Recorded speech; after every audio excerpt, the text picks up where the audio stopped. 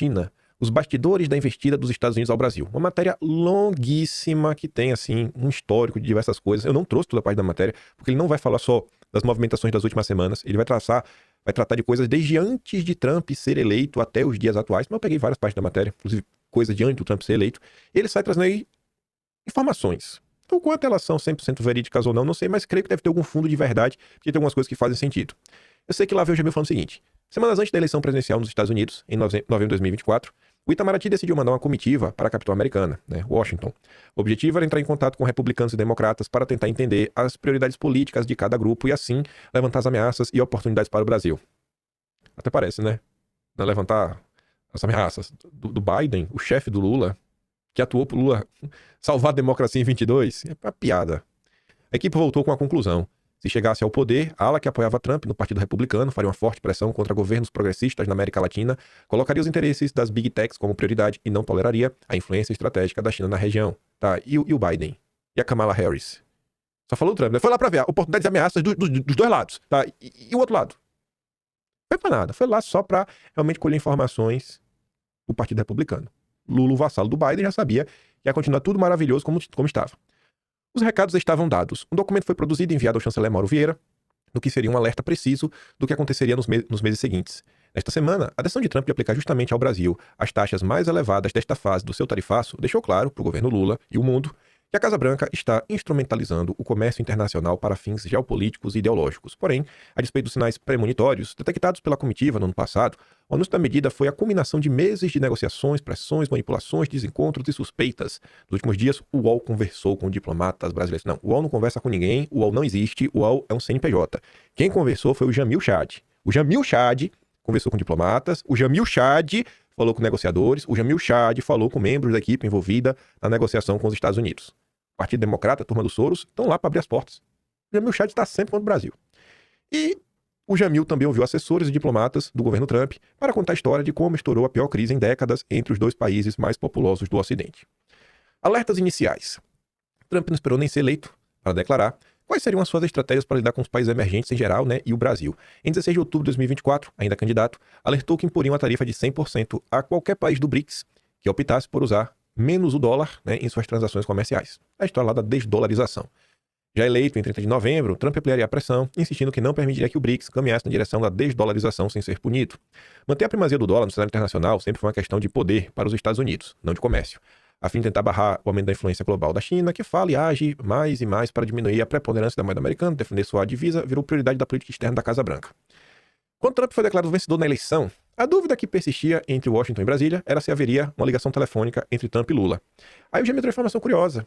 E você, mais uma vez, vê toda a má vontade e o desinteresse do governo federal.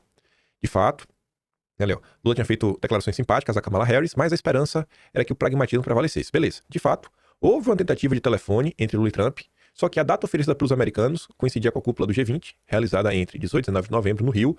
Lula optou por dar preferência aos chefes de Estado que estavam no país. Então tá aí, Lula rejeitou, estava na mesa, não quis. Ainda em dezembro, a embaixadora do Brasil em Washington, Maria Luísa Viotti, trocou algumas palavras com o Conselho de Segurança Nacional de Trump, Mike Waltz, apontando o interesse do Itamaraty de abrir canais de diálogo. O chanceler, Mauro Vieira, chegou a enviar uma carta ao Marco Rubio. O gesto foi ignorado. O cara ofereceu a ligação, não quis falar, também não quero mais ser teu amigo, não. Assim que assumiu o poder em 20 de janeiro, Trump sinalizou que o Brasil não seria tratado como aliado. Haveria uma anarquia. O novo presidente americano nomeou embaixadores para dezenas de países, porém escolheu deixar a representação dos Estados Unidos em Brasília vazia. O atual chefe da delegação é apenas um encarregado de negócios, um sinal diplomático de que não haveria uma aproximação. Em 21 de janeiro, Trump escancarou seu pensamento, aspas, nós não precisamos deles, um dos brasileiros. Eles precisam de nós. Todos precisam de nós. O foco do republicano, ao falar com jornalistas naquele dia, essa pergunta foi feita, se eu não me engano, pela jornalista da Globo, que é correspondente em Washington, Raquel, não sei o que lá. O sobrenome dela é difícil, nome assim, holandês, alemão, nome difícil. Enfim, o foco dele naquele dia foi o plano do BRICS de usar moedas locais para o comércio. Não há como fazer isso, vão desistir. Aí, no meio desse percurso, entra o bolsonarismo. À medida que a semana se passava, a relação entre Brasil e Estados Unidos ganhava uma nova dinâmica, conforme o bolsonarismo ampliava sua gestão sobre aliados, a de Trump e organismos internacionais, para tentar mostrar que existiria censura e ditadura no Brasil. Desde a posse do Trump, em 20 de janeiro, Eduardo Bolsonaro, filho do Jair, passou a visitar de forma frequente os Estados Unidos. Em 40 dias, ele já havia viajado 4 vezes ao país. Sua missão, convencer a ala mais radical da extrema-direita. Tu vê, como é uma matéria carregada, de adjetivos.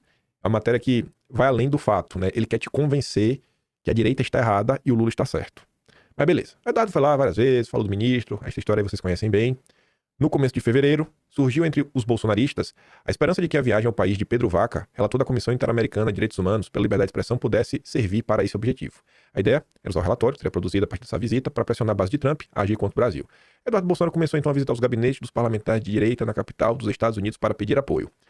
Na preparação para a viagem de Vaca, congressistas americanos próximos do Trump escreveram uma carta para a Comissão Interamericana colocando pressão, segundo eles, se a relatoria de Vaca não lidasse com a censura contra os bolsonaristas, eles exigiriam que Trump encerrasse os repasses para o órgão. Sem esse dinheiro, a OEA ficaria paralisada.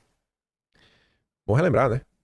Então você vê que se não fosse já um trabalho mais ativo de ir, falar, explicar a situação, pedir um apoio, falar, cara, ó, o cara vai lá no Brasil, pede para ele nos ouvir o que a gente tem para falar sobre, né? Censura, liberdade de expressão. Mas segundo alguns, né, a galera tá passeando na Disney. Fontes da sociedade civil, do governo brasileiro e do Supremo, consultadas por Jamil Chad, admitiram que a viagem tinha o potencial de ser um desastre se fosse sequestrada pelo bolsonarismo. E aí vocês lembram, né, que o Vaca Villarreal se encontrou com a galera do barulho no Brasil. Gente de bem, né, defensores do Estado Democrático de Direito. Até então, a administração Lula mantinha uma relação apenas protocolar com a relatoria da comissão. Naquele ponto, porém, decidiu atuar nos bastidores para se aproximar. Aí o Lula trabalha, né? Aí o Lula quer trabalhar. Aí o Lula trabalha como ninguém. Boa, Lula!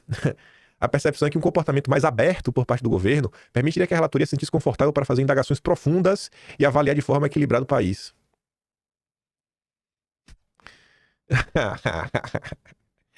Ah, meu Deus.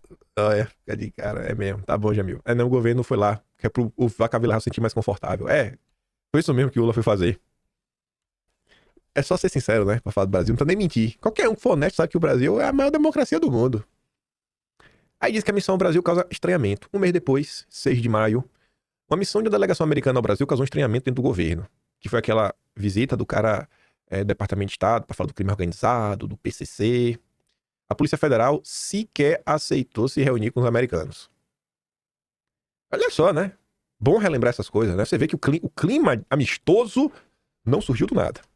O governo brasileiro disse aos Estados Unidos que era contra a proposta de classificar o crime organizado como um pessoal que toca o terror. O temor que se o caminho fosse adotado, o país correria o risco de ser alvo de sanções. Por quê? Porque não vai combater o crime? Por que vai sofrer sanção? Eu ia falar, você tem que combater o Comando Vermelho aí, hein? Não, rapaz, Lula. E ainda ter seus cidadãos deportados para prisões como o de El Salvador. Tá bom. Ô, coitado, né? Deportado, né? Gente, pobres coitados, né, gente? Pobre coitado.